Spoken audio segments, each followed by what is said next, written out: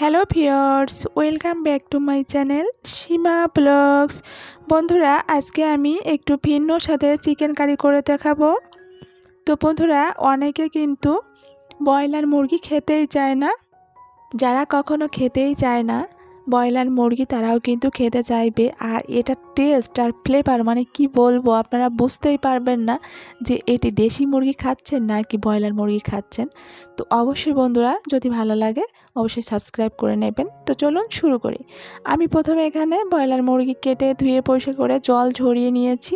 1.5 কিলোর মতো হবে মাংস নিয়েছি। তো এখানে আমি লবণ দিয়ে দেব, আদা রসুন বাটা 1 চামচ, শুকনো মরিচের গুঁড়া, এগুলো দিয়ে আমি ভালোভাবে ম্যারিনেট করে নিব।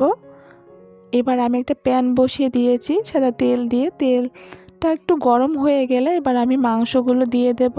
তো আমি দুবারে ভেজে নেব, অর্ধেকটা দিয়ে দিয়েছি আর অর্ধেকটা আমি পরে দিব। আর এই ভাজার জন্য কিন্তু দারুণ লাগবে, মানে ব্রয়লার মুরগির যে একটা ফ্লেভার থাকে ওই ফ্লেভারটা থাকবে না, মনেই হবে না যে আপনি রান্নার পরে যে আপনি দেশি মুরগি খাচ্ছেন নাকি ব্রয়লার মুরগি খাচ্ছেন। এতে করে দেখা যায় মানে শক্ত হয়ে যাবে মাংসটা, যে নরম যে একটা থাকে না, মানে ব্রয়লার মুরগি রান্না করলে অনেকে কিন্তু খেতেই চায় না। তো তারা কিন্তু এইভাবে করে নিতে পারেন। আমি কিন্তু জাস্ট এখানে কি দিয়েছি ভাজার সময় এটা খেয়াল রাখবেন, শুকনো মরিচের গুঁড়া, আদা রসুন বাটা আর লবণ দিয়েছি, এছাড়া কিন্তু কিছুই দিইনি। তো যাই হোক, সব মাংস আমি ভেজে তুলে নিয়েছি। আর ওই তেলে আমি তেজপাতা, গোটা জিরা, গোটা গরম মশলা দিয়ে পেঁয়াজ কুচি দিয়ে দিয়েছি। পেঁয়াজটা একটু ভাজা হয়ে গেলে পেঁয়াজ বাটা, আদা রসুন বাটা, শুকনো মরিচের গুঁড়া, ধনিয়ার গুঁড়া, জিরা গুঁড়া আমি নিজে ওগুলো আমি আসলে গুঁড়া করে নিয়েছি, দিয়ে দেব লবণ, হলুদ। আর আমি কাঁচামরিচও কিন্তু দিয়েছি 1 চামচ। অবশ্যই কাঁচামরিচের দেওয়ার চেষ্টা করবেন, তাহলে কিন্তু ভালো হবে। তো যাই হোক, মশলাটা ভালোভাবে আমি কষিয়ে নিয়ে এবার সেই মাংসগুলো দিয়ে দেব। আর হ্যাঁ বন্ধুরা, মানে আমি কিন্তু বাইরে যে খোলা বা প্যাকেটের যে মশলাটা থাকে আমি কিন্তু ওগুলো দিই না। আমি নিজে ঘরে জিরার যে গুঁড়াটা করি আর কি, ভেজে গুঁড়া করে নিই, বা ধইনা আমি নিজে তৈরি করি। গরম মশলা বলেন, এগুলো আমি নিজেই করি।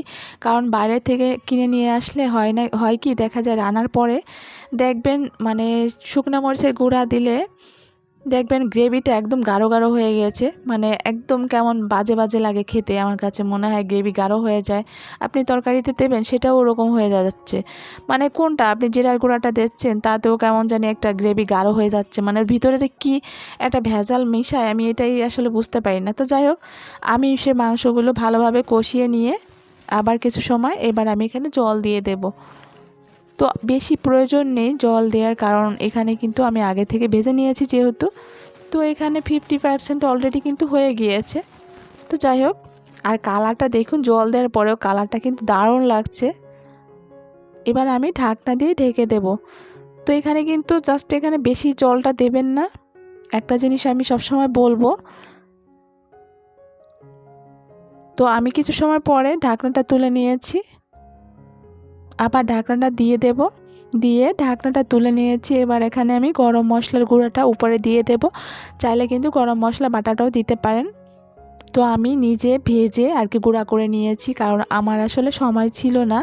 তো বেটে দিলে বেশি মজা লাগে, আবার গুঁড়া করলেও সমস্যা নাই যদি নিজে করা যায়। তো বাইরের যে খোলার যেটা পাওয়া যায় আর কি, বা প্যাকেটে পাওয়া যায়, ওটাও না দিলে ভালো হয় আর কি। ওটার থেকে নিজে করলে ওটা ঠিক আছে, ফ্লেভার বলেন বা টেস্ট দারুণ আসে আর কি, ফ্লেভারটাও দারুণ আসে নিজে তৈরি করলে।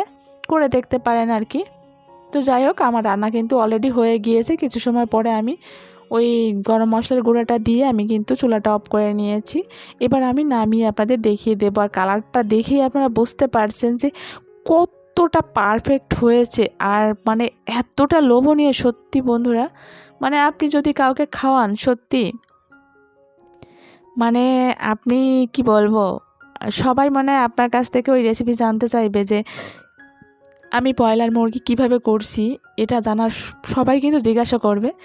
তো দেখুন, আমি নামিয়ে নিয়েছি আর কতটা পারফেক্ট হয়েছে আপনারা একটু খেয়াল করবেন। এটি খেতে যে এতটা মজা, গরম ভাতের সাথে বলেন বা পোলাওর সাথে বলেন, মানে কারো সামনে দিলে দেখা যায় কারো মানে সে বুঝতেই পারবে না। মোট কথা আপনি যদি না বলেন যে ব্রয়লার মুরগি, সে বুঝতেই পারবে না যে সে ব্রয়লার মুরগি দিয়ে খাচ্ছে।